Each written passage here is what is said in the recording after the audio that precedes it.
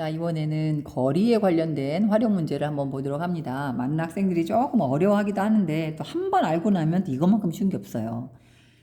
자, 서연이가 산에 올라갈 때는 시속 2km로 걷고 내려올 때는 시속 3km로 걸었더니 총 5시간이 걸렸다고 한다. 자, 문제가 뭐냐면 여기서 올라간 거리를 구하는 게 문제긴 해요. 지금 여기서는 문제를 여러 가지 좀 쪼개놨는데 최종 문제는 올라간 거리를 구하는 겁니다. 그럼 올라간 거리를 내가 x라고 쓰죠. 자, 올라간 거리를 x 킬로미터 단위를 이렇게 써서 하도록 해요. 머릿속에 좀 상상은 돼야 됩니다. 이 상황이. 서연이가 산에 이렇게 있는데 산에 올라가는 거리하고 내려온 거리가 같다라고 하는 건 글쎄 여기 2km 올라가고 2km 내려왔다. 이것도 가능하고요. 올라간 길을 그대로 내려오면 올라간 길이와 내려온 길이가 같겠죠. 거리가. 왕복이라는 표현도 있습니다만 저 같은 경우는 그냥 거리가 같다라고 그러면 아 이리 갔다가 다시 이리 왔나 보다. 그렇게 생각이 들 것 같아요. 자, 그런데 당연히 올라갈 때는 시속 2km 이것의 의미 잘 알아두셔야 돼요. 시속 2km 이거는 거리가 아니에요. 속력입니다. 1시간당 2km를 걷는 속력이에요. 그럼 빠르기.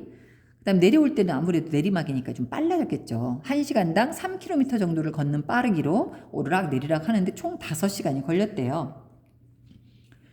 자, 요럴 때 여러분이 뭐 학원에서 많이 들었겠지만 거속시라고 하면 풍뎅이를 그려라 뭐 이런 얘기 들었을 거예요. 근데 풍뎅이는 여기만 그리는 게 아니라 잘 보세요. 그러면 이 문제 하기 전에 앞서서 잠깐 아웃사이드 문제입니다.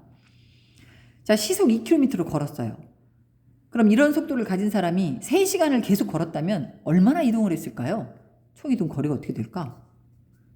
그렇지. 1시간당 2km 간다고 그러는데 그럼 3시간 걸으면 2km 가고 또 2km 가고 또 2km 갔다는 얘기 아니에요? 그러면 2km씩 3번 갔다는 얘기니까 2 곱하기 3, 6km 갔구나. 거리는 그렇게 구하는 거 아닙니까? 얘가 속력이고요. 얘가 이동한 시간이에요. 속력과 시간을 곱하면 이동한 거리가 나와요. 이 식 하나만 알면 굉장히 다양한 식으로 활용이 됩니다. 마치 우리가 2 곱하기 3은 6인데 이 식 하나에서 파생되는 식이 그럼 6 나누기 2는 3이고 6 나누기 3은 2고 이 식이 이것 다 같은 얘기잖아요. 얘도 마찬가지예요. 이런 걸 만들어 두시면 됩니다. 자, 2 여기가 곱하기 3은 6이다.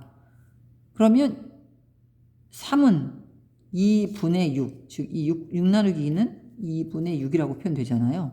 2는 3분의 6. 아까 6 나누기 3이니까 이거 3분의 6으로 쓸 수 있겠죠. 그냥 이 식이 6은 2 곱하기 3, 2는 3분의 6, 3은 2분의 6 다양하게 변화가 될 수 있는 것처럼 거리는 속력 곱하기 시간 이게 딱 나오는 순간 거리는 속력 곱하기 시간이야? 그러면 속력은 이라고 하면 시간 분의 거리다. 이동한 시간 분의 내가 총 이동한 거리를 나눠주면 속력이 나온다. 시간은 속력 분의 거리를 계산하면 된다. 얼마든지 때에 따라서 필요한 식으로 바꾸시면 됩니다. 자, 그럼 지금 볼까요? 여기 나와 있는 대로 한번 집어 넣어 보도록 할게요. 이 양반은 지금 서연이가 상황이 달라지는 건 올라가냐 내려가냐에 따라서 속력이 달라지잖아요. 그러니까 이런 문제는 거리, 시간, 속력의 문제는 되게 표를 그리시면 아주 쉽거든요. 그럴 때 뭐에 따라서 상황이 달라지는지를 좀 구분을 해놓고 자, 올라가는 거리와 내려간 거리는 똑같다고 그랬으니까 여기도 역시 x 킬로미터가 되겠죠. 그 다음에 올라갈 때는 시속 2km, 그러니까 2km per 시 이고 내려올 때는 3km per 시 정보를 다 쓰는 거예요. 그러고 난 다음에 하나 맨 마지막에 총 5시간 걸렸다라는 말이 나옵니다. 총 5시간이라는 건 올라갈 때 걸린 시간과 내려올 때 걸린 시간을 합쳤더니 5가 되더라. 어떤 등식의 모양새인 거죠. 그러면 올라갈 때 걸린 시간을 내가 어떻게 표현하느냐? x를 써서 표현을 해줘야 된다는 거예요. 그럼 아까 시간은 속력 분의 거리다 그랬어요. 즉 이러한 속력으로 이만큼의 거리를 가는데 걸린 시간을 나타내는 식은 2분의 x. 단위가 뭘까요?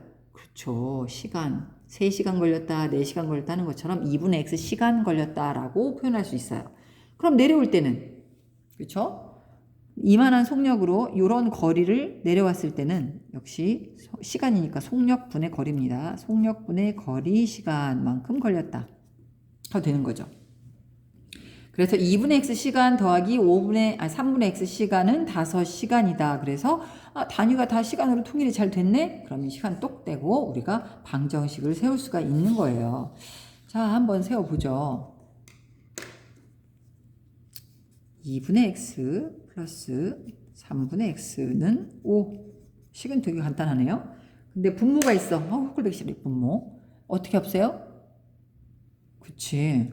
양변에 2와 3의 최소 공배수인 6을 다 곱해줘요.